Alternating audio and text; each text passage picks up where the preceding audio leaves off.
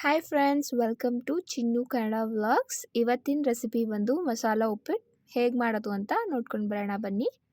ಬೇಕಾಗಿರೋ ಇಂಗ್ರೀಡಿಯೆಂಟ್ಸ್: 2 ಬೆಳ್ಳುಳ್ಳಿನ ಸಿಪ್ಪೆ ತೆಗೆದಿಟ್ಕೊಂಡಿದ್ದೀನಿ, ಸ್ವಲ್ಪ ಕರಿಬೇವು, ಕ್ಯಾರೆಟ್ನ ಸಣ್ಣದಾಗಿ ಕಟ್ ಮಾಡಿ ಇಟ್ಕೊಂಡಿದ್ದೀನಿ, ಸ್ವಲ್ಪ ತೆಂಗಿನಕಾಯಿ ತುರಿ, ಅವರೆಕಾಳು, ಸಣ್ಣದಾಗಿ ಕಟ್ ಮಾಡಿ ಇಟ್ಕೊಂಡಿರೋ ಬೀನ್ಸ್, ಒಂದು 3ರಿಂದ 4 ಹಸಿಮೆಣಸಿನ್ಕಾಯಿ, ಸ್ವಲ್ಪ ಸಾಸಿವೆ, ಹಾಗೆ 1 ಇಂಚ್ ಆಗೋಷ್ಟು ಶುಂಠಿ ತೊಗೊಂಡಿದ್ದೀನಿ.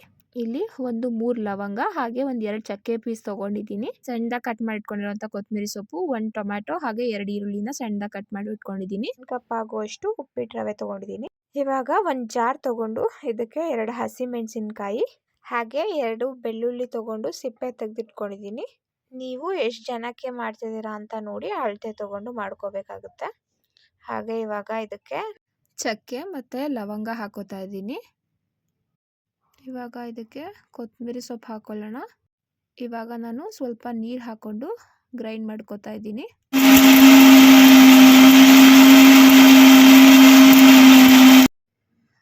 ಇವಾಗ ಇದು ನೋಡಿ ನೀಟಾಗಿ ಗ್ರೈಂಡ್ ಆಗಿದೆ.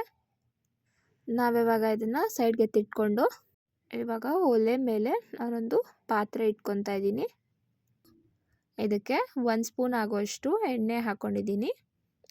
ಇವಾಗ ಇದಕ್ಕೆ ರವೆ ಹಾಕ್ಕೊಂಡು ನೀಟಾಗಿ ಹುರ್ಕೊಬೇಕಾಗುತ್ತೆ. ನಾನಿಲ್ಲಿ ನಾರ್ಮಲ್ ಬಾಂಬೆ ರವೆ ತೊಗೊಂಡಿದ್ದೀನಿ. ನೀವು ಬೇಕಾದರೆ ಬನ್ಸಿ ರವೆ ಕೂಡ ಹಾಕೋಬೋದು.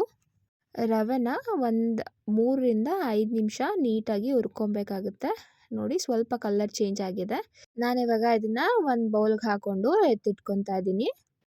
ಇವಾಗ ಒಲೆ ಮೇಲೆ ಒಂದು ಪಾತ್ರೆ ಇಟ್ಕೊಂಡು ಇದಕ್ಕೆ 3ರಿಂದ 4 ಸ್ಪೂನ್ ಆಗುವಷ್ಟು ಎಣ್ಣೆ ಹಾಕ್ಕೊತಾ ಇದ್ದೀನಿ. ಇವಾಗ ಈ ಥರ ಬ್ರೇಕ್ಫಾಸ್ಟ್ ರೆಸಿಪಿಗೆಲ್ಲ ಎಣ್ಣೆ ಜಾಸ್ತಿ ಹಾಕ್ಕೊಳ್ಳೋದ್ರಿಂದ ಟೇಸ್ಟ್ ಚೆನ್ನಾಗಿರುತ್ತೆ. ಇವಾಗ ಎಣ್ಣೆ ಕಾಯ್ದಿದೆ. ಇದಕ್ಕೆ ನಾನು ಸಾಸಿವೆ ಹಾಗೆ ಸಣ್ಣದಾಗಿ ಕಟ್ ಮಾಡಿ ಇಟ್ಕೊಂಡಿರೋ ಹಸಿಮೆಣಸಿನ್ಕಾಯಿ ಹಾಕ್ಕೊತಾ ಇದ್ದೀನಿ. ಇವಾಗ ಇದಕ್ಕೆ ಸಣ್ಣದಾಗಿ ಹೆಚ್ಚಿಟ್ಕೊಂಡಿರೋ ಈರುಳ್ಳಿ ಹಾಕ್ಕೊಂಡು ನೀಟಾಗಿ ಫ್ರೈ ಮಾಡ್ಕೊಬೇಕಾಗತ್ತೆ. ನೀವು ಉಪ್ಪಿಟ್ಟಿಗೆ ಈರುಳ್ಳಿ ಎಷ್ಟು ಜಾಸ್ತಿ ಹಾಕ್ಕೊತೀರೋ ಅಷ್ಟು ಟೇಸ್ಟು ಚೆನ್ನಾಗಿ ಬರುತ್ತೆ. ಇವಾಗ ಇದನ್ನು ನೀಟಾಗಿ ಫ್ರೈ ಮಾಡ್ಕೊಳ್ಳೋಣ. ಬೇಕು ಅಂದರೆ ಇದಕ್ಕೆ ನಾವು ಗೋಡಂಬಿ ಅಥವಾ ಉದ್ದಿನಬೇಳೆ, ಕಡಲೆಬೇಳೆ ಕೂಡ ಹಾಕೊಬೋದು. ಈರುಳ್ಳಿ ಸ್ವಲ್ಪ ಫ್ರೈ ಆದಮೇಲೆ ಇದಕ್ಕೆ ಸಣ್ಣದಾಗಿ ಕಟ್ ಮಾಡಿ ಇಟ್ಕೊಂಡಿರೋಂಥ ಕ್ಯಾರೆಟ್ ಹಾಗೆ ಸಣ್ಣದಾಗಿ ಹೆಚ್ಚಿಟ್ಕೊಂಡಿರೋಂಥ ಬೀನ್ಸ್ನ ಹಾಕ್ಕೊಂಡು ನೀಟಾಗಿ ಫ್ರೈ ಮಾಡ್ಕೊಳ್ಳೋಣ. ಬೀನ್ಸು ಮತ್ತು ಕ್ಯಾರೆಟ್ನ ಲಾಸ್ಟಲ್ಲಿ ಹಾಕ್ಕೊಳ್ತಾರೆ. ಇದನ್ನು ನಾವು ಎಣ್ಣೆಯಲ್ಲೇ ಫಸ್ಟೇ ಹಾಕ್ಕೊಂಡು ಫ್ರೈ ಮಾಡ್ಕೊಳ್ಳೋದ್ರಿಂದ ನೀಟಾಗಿ ಕುಕ್ ಆಗುತ್ತೆ.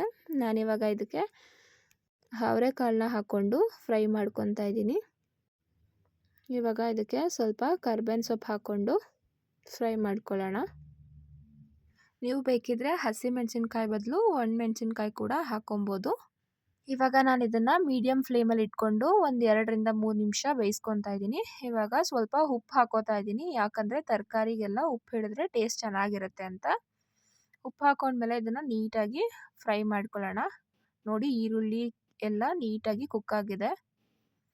ಇವಾಗ ಇದಕ್ಕೆ ಮೊದಲೇ ನಾವು ರುಬ್ಬಿಟ್ಕೊಂಡಿರೋಂತಹ ಮಸಾಲೆನ ಹಾಕ್ಕೊಂಡು ಫ್ರೈ ಮಾಡ್ಕೊಳ್ಳೋಣ. ಇದನ್ನೆಲ್ಲ ಹಾಕಿದ್ಮೇಲೆ ನಾವು ಮೀಡಿಯಮ್ ಟು ಲೋ ಫ್ಲೇಮಲ್ಲಿ 2ರಿಂದ 3 ನಿಮಿಷ ನೀಟಾಗಿ ಬೇಯಿಸ್ಕೊಬೇಕಾಗತ್ತೆ. ಆವಾಗ ಇದನ್ನು ಸೌಟಿಂದ ತಿರುಗಿಸ್ಕೊಳ್ಳಿ, ಯಾಕಂದರೆ ಹಸಿ ಸ್ಮೆಲ್ಲೆಲ್ಲ ನೀಟಾಗಿ ಹೋಗಬೇಕಾಗುತ್ತೆ. ನಾನಿವಾಗ ಇದಕ್ಕೆ ನೀರು ಹಾಕ್ಕೊತಾ ಇದ್ದೀನಿ. ನೀವು ನೋಡಿಕೊಂಡು ನೀರು ಹಾಕ್ಕೊಬೇಕು. ಈಗ ಕೆಲವೊಬ್ಬರಿಗೆ ಉಪ್ಪಿಟ್ಟು ಉದುರುದ್ರಾಗಿದ್ದರೆ ಇಷ್ಟ ಆಗುತ್ತೆ, ಇನ್ನು ಕೆಲವೊಬ್ಬರಿಗೆ ಬೆಂದಿದ್ರೆ ಇಷ್ಟ ಆಗುತ್ತೆ. ನೀವು ಅದನ್ನು ನೋಡಿಕೊಂಡು ನೀರು ಹಾಕ್ಕೊಬೇಕಾಗುತ್ತೆ. ನಾನಿಲ್ಲಿ ಒಂದು ಸ್ವಲ್ಪ ಉಪ್ಪು ಹಾಕ್ಕೊಂಡಿದ್ದೀನಿ. ನಾವು ಮೊದಲೇ ತರಕಾರಿ ಬೇಯಬೇಕಿದ್ರೆ ಉಪ್ಪು ಹಾಕ್ಕೊಂಡಿರ್ತೀವಿ, ಸೊ ಇಲ್ಲಿ ನೋಡ್ಕೊಂಡು ಉಪ್ಪು ಹಾಕ್ಕೊಬೇಕಾಗತ್ತೆ. ನೋಡಿ ಇವಾಗ ನೀರು ಚೆನ್ನಾಗಿ ಮಳ್ಳಬೇಕಿದ್ರೆ ಇದಕ್ಕೆ ನಾನು ಫ್ರೈ ಮಾಡಿ ಇಟ್ಕೊಂಡಿರೋಂತಹ ರವೆನ ಹಾಕ್ಕೊಂಡು ನೀಟಾಗಿ ತಿರುಗ್ತಾ ಇದ್ದೀನಿ. ನೀವು ರವೆ ಹಾಕ್ಕೊಬೇಕಿದ್ರೆ ಮೀಡಿಯಮ್ ಟು ಲೋ ಫ್ಲೇಮಲ್ಲಿ ಇಟ್ಕೊಬೇಕಾಗತ್ತೆ. ರವೆ ಹಾಕಾದ ನಂತರ ಇದನ್ನು ಲೋ ಫ್ಲೇಮಲ್ಲಿ ಇಟ್ಕೊಂಡು ಬೇಯಿಸ್ಕೊಬೇಕಾಗತ್ತೆ. ಇವಾಗ ಇದು 2ರಿಂದ 3 ನಿಮಿಷ ಹಾಗೆ ಲೋ ಫ್ಲೇಮಲ್ಲಿ ಕುಕ್ ಆಗೋದಕ್ಕೆ ಬಿಡೋಣ. ನೋಡಿ ಬೇಯ್ತಾ ಇದೆ. ಇವಾಗ ನಾನು ಇದ್ರ ಮೇಲೆ ಒಂದು ಪ್ಲೇಟ್ ಮುಚ್ಚಿಡ್ತಿದ್ದೀನಿ. ಒಂದು 2ರಿಂದ 3 ನಿಮಿಷ ಲೋ ಫ್ಲೇಮಲ್ಲಿ ಬೇಯಿಸ್ಕೊಳ್ಳೋಣ. ನೋಡಿ ಇವಾಗ ಉಪ್ಪಿಟ್ಟು ರೆಡಿ ಇದೆ. ಇದಕ್ಕೆ ಲಾಸ್ಟಲ್ಲಿ ನೀವು ತುಪ್ಪ ಕೂಡ ಆ್ಯಡ್ ಮಾಡ್ಕೊಬೋದು. ಇವಾಗ ಉಪ್ಪಿಟ್ಟು ರೆಡಿ ಇದೆ.